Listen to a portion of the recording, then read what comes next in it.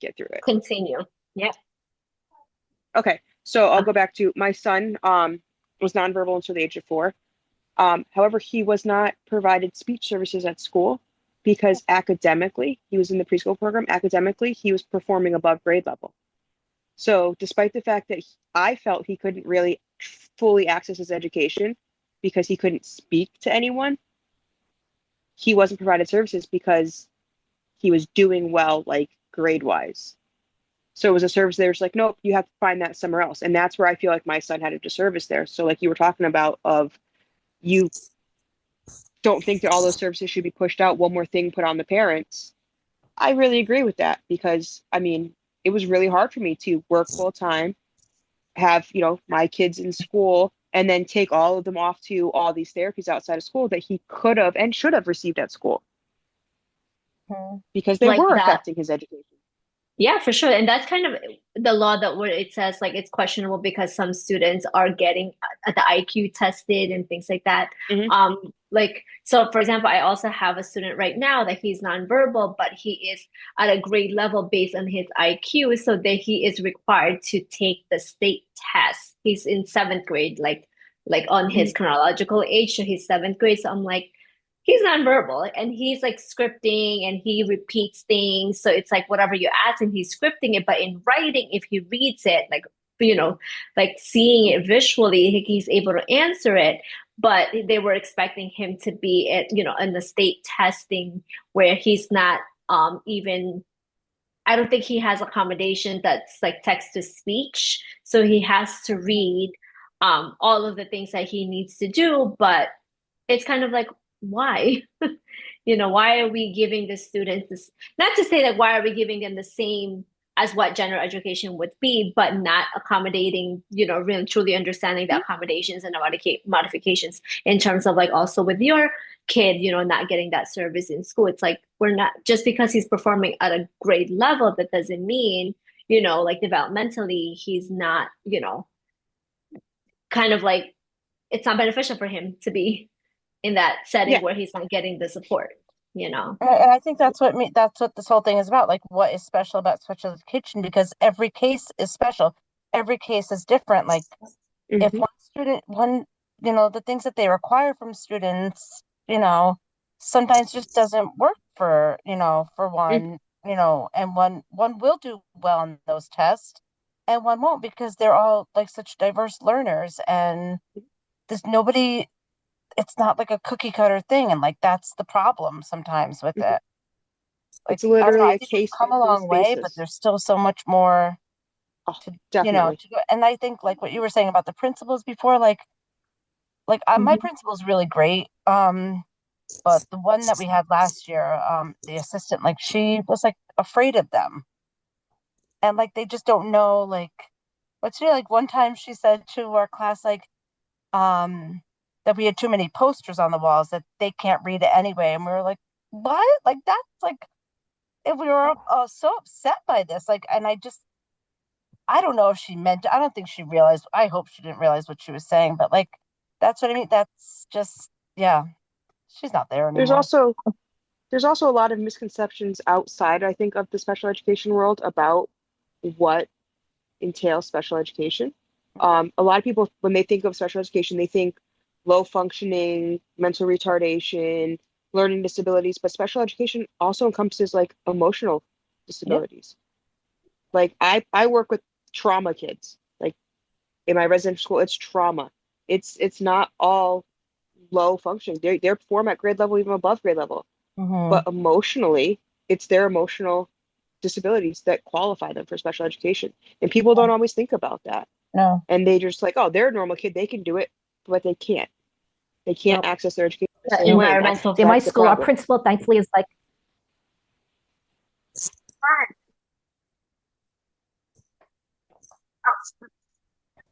like in terms of like like what you said, like trauma, like your students go through trauma. It's like also the environmental factor of it, right? Like where the Mhm. emotions and the behaviors get intensified because of those factors. And that's also like kind of something that's not, Sorry. That's kind of something that's like, if it's not under IEP, then it's not something that could be supported, you know. And it's like a Mhm. lot, yes, the IEP is the legal documentations of what the students, our students would be benefiting from, but it also like really truly to get to know the student beyond the paperwork, you Mm, know, kind of like mm, And I agree. One of the articles that I read talks about parents and litigation. And it's actually a very interesting article. The person who wrote it was coming from a stance of teaching like future special educators. mhm. So she entered the law clinic being like, wait a minute, like we kind of view litigators as these evil doers. But when she went into the clinic, she kind of realized like there's just been this breakdown in the child's education, and the parents just want what's best for that child. In fact, like one of the quotes from the article was, these parents just want their children to receive a good education. And I think that's true for any parent, regardless of if your child is in special education. Like we all want our kids, if they're going to school and they're putting the time into school, we want them to get the most bang for their buck, so to speak. So I just think litigation in some ways has helped special education make sure that it is serving the needs of these individuals that are within special education. I agree. I don't know. So as that's to why our third. Sorry. I was just saying that could kind of lead us to, you know, like the third question of like, how is the law providing inclusion and access to Mhm. students? So if we could kind of like, you know, guide our conversation into this. Mhm. Mhm. So based on my articles, inclusion and access come from more than just like IDEA. Section 504 of the Rehabilitation Act and the Americans with Disability Act both guarantee that students with disabilities are not excluded or segregated unnecessarily. Um, these laws require school to meet disabled students' needs as adequately as those of non-disabled students. So essentially, you need to include them. You need to make sure they're accessing their education just like their non-disabled peers.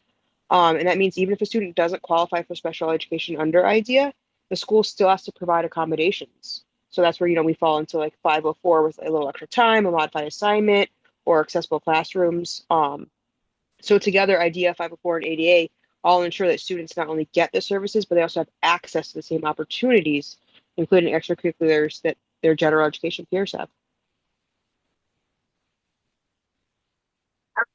Mention like in terms of like truly providing inclusion and access to students, even before they get to the, you know, the special ed, process of getting an IEP and things like that. So like a lot of schools are implementing like the RTI model, right? Where Mhm. there's like kind of like a big conversation about it, because what does RTI really look like in general education, and is it really getting, you know, the support, or do the teachers getting truly the support, and are they really running the lessons and the support that they're saying that they're doing with fidelity with the students? That's on RTI, right? So I feel like sometimes because of the enhancement of like evaluation process, and it's just kind of like the expectations of like true general education classroom setting has changed over time, you know, in terms of testing, in terms of data collection, in terms of just like the curriculum that they're using. How efficient is RTI to those students that may or may not qualify, or if they do qualify and they get put to the RTI process, it kind of becomes too late once they get to like, you know, because RTI what takes like 6 weeks, and then all of the process gets to it, and then like there's no follow up when it comes, at least I worked at a charter school previously, and it's kind of like the RTI process, it's almost non-existent. And it's kind of sad because by the time that they finish RTI, then there is, and if there's deemed a true need for special ed, they kind of waste those time of like the support that truly what would be beneficial for students that can benefit from the IEPs and things like that. So there's a lot of like question, not just in special education in terms of inclusion, but kind of like general education, special education together as one. And it's, you know, kind of like in a way disservicing some of the students that is in general education, but may qualify for special ed because of like the whole RTI model. Right. I remember I think it was like 2010 or 11, 10 maybe. One of the a school that I worked in, we started doing that, and we were doing direct instruction, and we tested everybody, and it was a pilot program, and we did it for that year, and then it just stopped. And then that was the end of that, because so many times that's what happens. The schools start something and then they just stop, and then they start something new, and it's confusing for the students. And I think that was a lot with No Child Left Behind. And what does it say? Sorry. And it says sorry, where did I put it? But the No Child Left Behind brought about a shift in how society views people with disabilities. Though this law was created with the best of intentions, there have been complaints that it has made the gap between normal students and marginalized groups, such as people with disabilities, wider by placing unjustifiable requirements on students from underprivileged backgrounds and those disabilities. They're saying that it did more harm than good by widening the gap. So I don't know. I think The there's so much back and forth with special ed that it's so hard. Like every article, well, this is, you know, this works, but then this doesn't, and it's just, I don't know. the article that I read about the current legal issues actually address the RTI process, and they're saying like the concerns exist over the possibility that some children, after receiving a learning disabled label, when they have simply been kind of deprived of the good classroom instruction, so like because they're not meeting the needs of a gen ed expectations, then all of a sudden they're kind of like being put into the corner of like, well, maybe you could be in special ed, or maybe you'll something within, there's a disability there. So it's kind of like they're over labeling students in their classrooms Yes. because not because like I said, like the curriculum has changed, the expectations has changed, assessments have changed in a general education setting, but the idea of not accepting students as like as different learners, even though they don't have these disabilities, is kind of like what's disservicing the students, right? Or all students,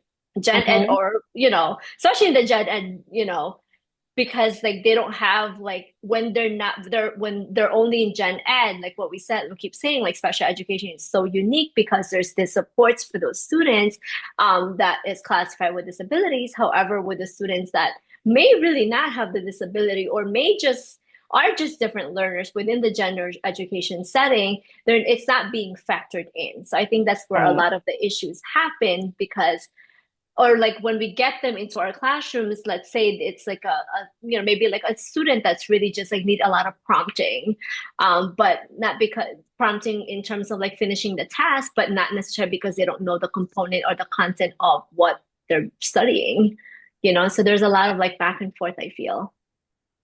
Well, also, I feel like, especially in recent years since COVID, that's affected a lot of the general ed teachers who do not have special education training to say, well, maybe the student now has a disability.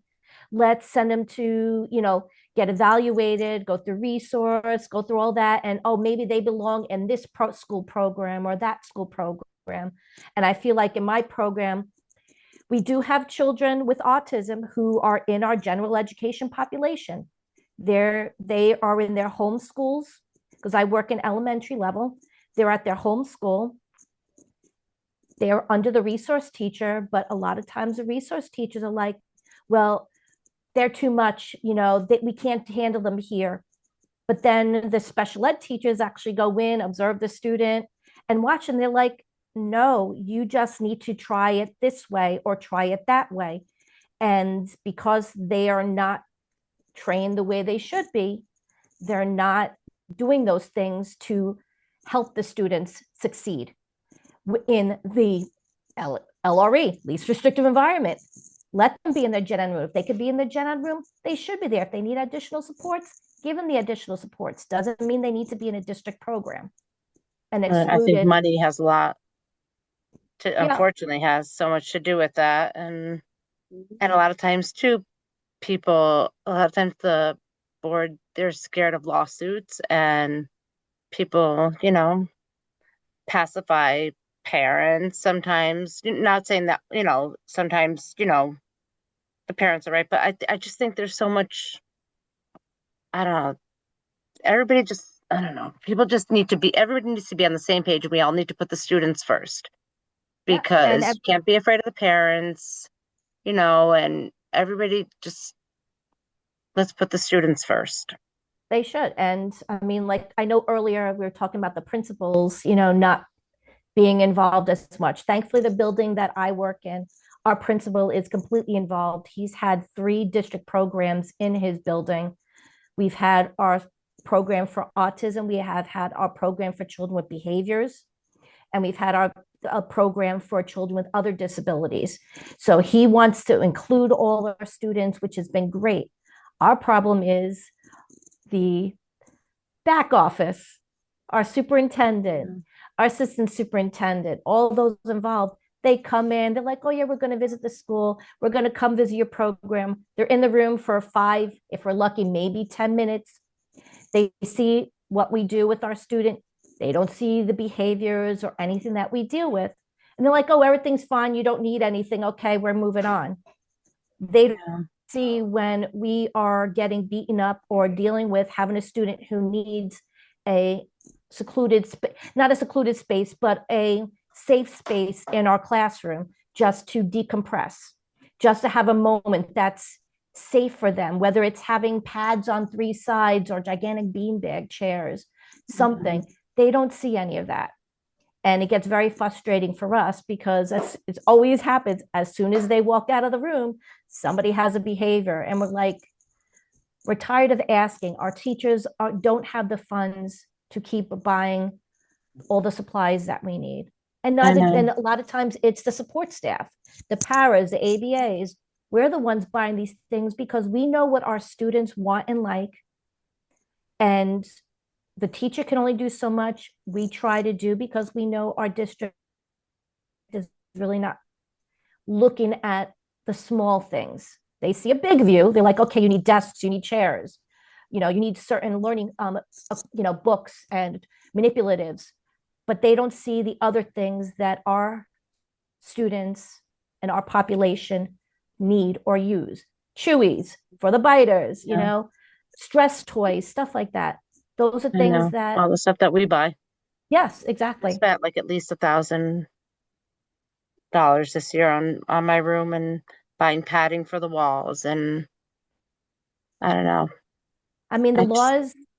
Oh, go ahead, Liz. No, continue, please. No, I was just going to say the laws may state what they're supposed to do, with the inclusion and the students, having access, but it goes further than that.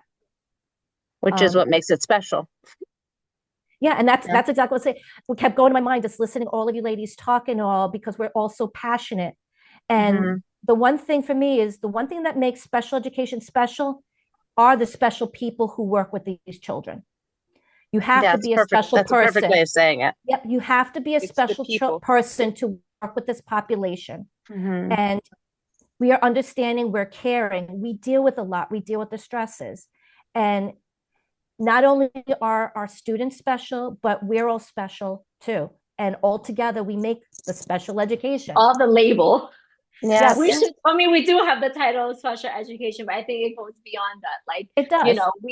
because from the previous articles, with disabilities and things, we all have our own fixation. So I call it like, this is my disability of fixation of like, how else can I support my student? How else can I do? Or even what you guys are saying, like buying like the materials, buying the things, even beyond the classroom budgets, we have the fixation of, we want to do more, we want to provide more, and we want to be there more for our children, for our students, because, not only we have students, we also have children at home that, if we are compassionate in the classroom, and we would want the teachers that we want for our own children to be us, like, right, to be someone like us, to be like so caring, so passionate, so dedicated to our craft. So I kind of like go on with that mentality of like, I'm gonna be as patient as I can be in school for my students, but when I get home, I know not to lose it with my children, because it's hard. It's a battle, and that's kind of like how we prevent the breakdown and things like that. So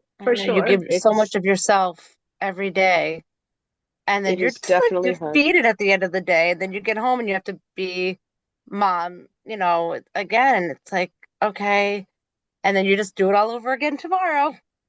And we just I know I'm cry. So often happy. asked if I'm crazy from going from teaching special ed to going home to two special ed kids. They're like, "What? You never get a break from it." I'm like, I guess that's just where I belong. It's where I fit. Yeah, I know. We'll keep Think doing it. during, I had a yeah. I had a coworker, Jess, same situation as you. Same situation as you, Jess. She worked with all our kids. She was an amazing person to work with, and she would go home to her son, who he had autism. He also had behaviors. She would also be at school getting calls from the school district because one day they left him on the bus. They forgot about him Yeah, because he fell asleep. They had yeah. one day where, because he was agitated and had a behavior, and in his IEP, it specifically says how to handle his behavior. They didn't follow it. They ended up calling the police to come in, and it made the situation even worse.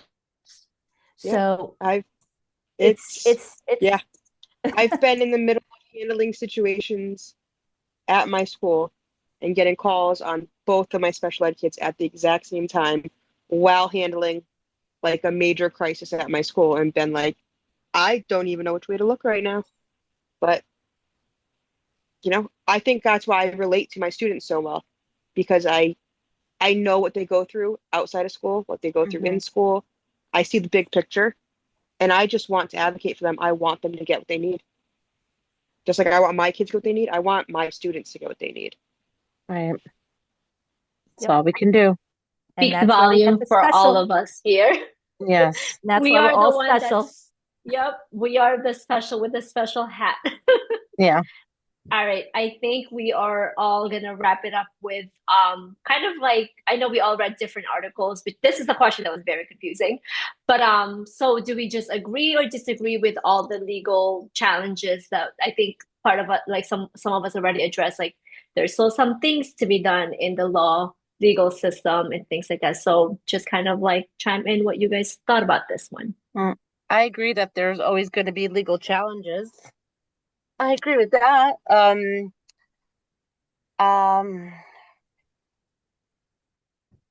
that is confused. I mean, it's a The very wording was hard, confusing for me. yeah.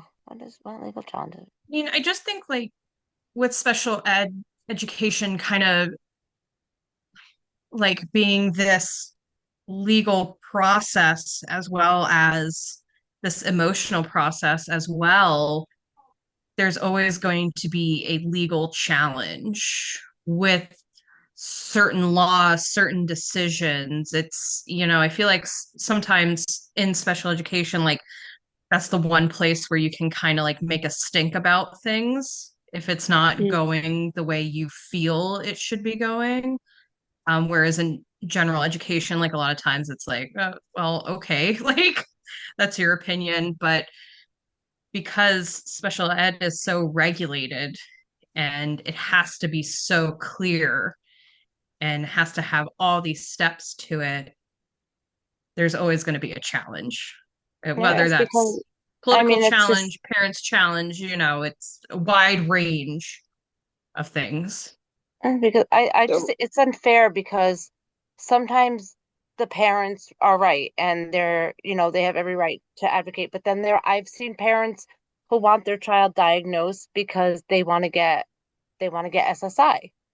And that's what makes it so hard. Like, that's why I don't know what the solution is. I don't know because there are people who are going to abuse it and there are people who don't know enough um about the laws that they're entitled to, and that's what's upsetting, and those are the people that we have to fight for. But then like I said, on the other end, it's the people who try to get more than what they should be getting, and that's what ruins it. And that's why, a lot of times there isn't money for things because of these lawsuits. But like when so yeah. Go no, ahead. go ahead. Sorry. No, go ahead. The way I read it was that like the legal challenges that come from like the school districts are like around like the cost and the resources, like some things you've been saying, and like what counts as a reasonable accommodation. Like that's what I kind of read the question as. So like my notes, I disagree with those challenges because the point of these laws is for equity. Like we should be Mhm. fighting for ensuring that all students with disabilities have the real opportunities to succeed.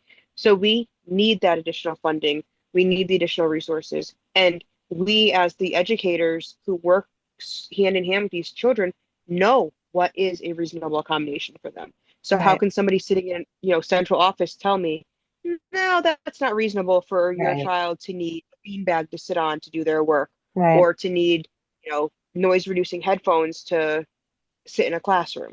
Mm-hmm. So that's how I interpret it. So it's a lot of what we're saying, but like I kind of say like I disagree that the challenges they shouldn't even be there because the laws are in place to ensure that these kids get the opportunities that they need. No, I agree with that.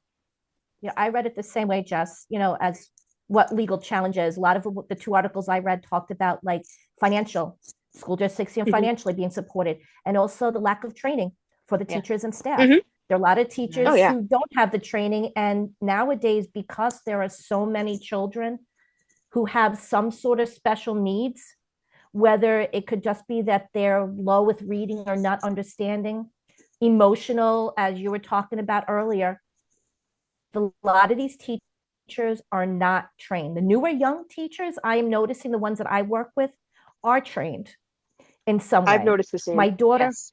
yeah, my daughter is going to school to become a teacher also, and she wants to major in English.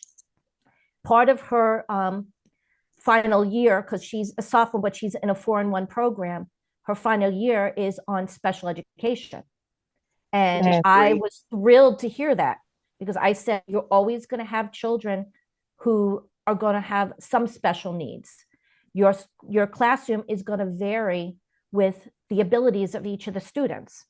And you need to be able to know how to work with all the students, how to make Mm-hmm. accommodations for them. Maybe they do need that beanbag. That you have that one student who just can't sit still. Maybe they need that cushy beanbag chair that's going to help them read this book or focus Mhm. on that moment. Or maybe a student who needs a fidget, you know, Right. a slant board. There's those simple little things that may help a student, who can be in general education, make them understand and work better and achieve what they should be achieving. Right. And I I think agree that's with you what they're that I trying think to there's push just now, right? That the I newer teachers are getting that training. I hope I so. think So, because I've noticed with the older teachers, they are kind of get frustrated more. And so in that way, that's been a positive.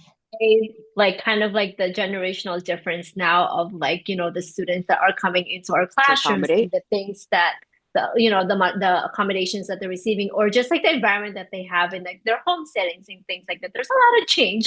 Weird, and especially after COVID and things like that, we're faced with so many different challenges now. So I think like it still, those challenges should have not been there, right? Like you all said, the laws are protecting these students, but why are we still going through these challenges? Like for example, like what your coworker Lisa, of like the student, the kid being left in the school bus. Like these are the things that like a bus driver should have been aware of. The things that or how to like even just like the accommodations in like within outside of our classrooms of like if the student is required to wear like these headphones, noise cancellation headphones in the bus because it's too much for them, why are sometimes it's still being questioned, right? Like so kind of like the training for like bus drivers or bus patrons outside of our classroom, because we have the training, we're like we were all saying we know how to handle our kids in the classroom in the setting that they are in with us.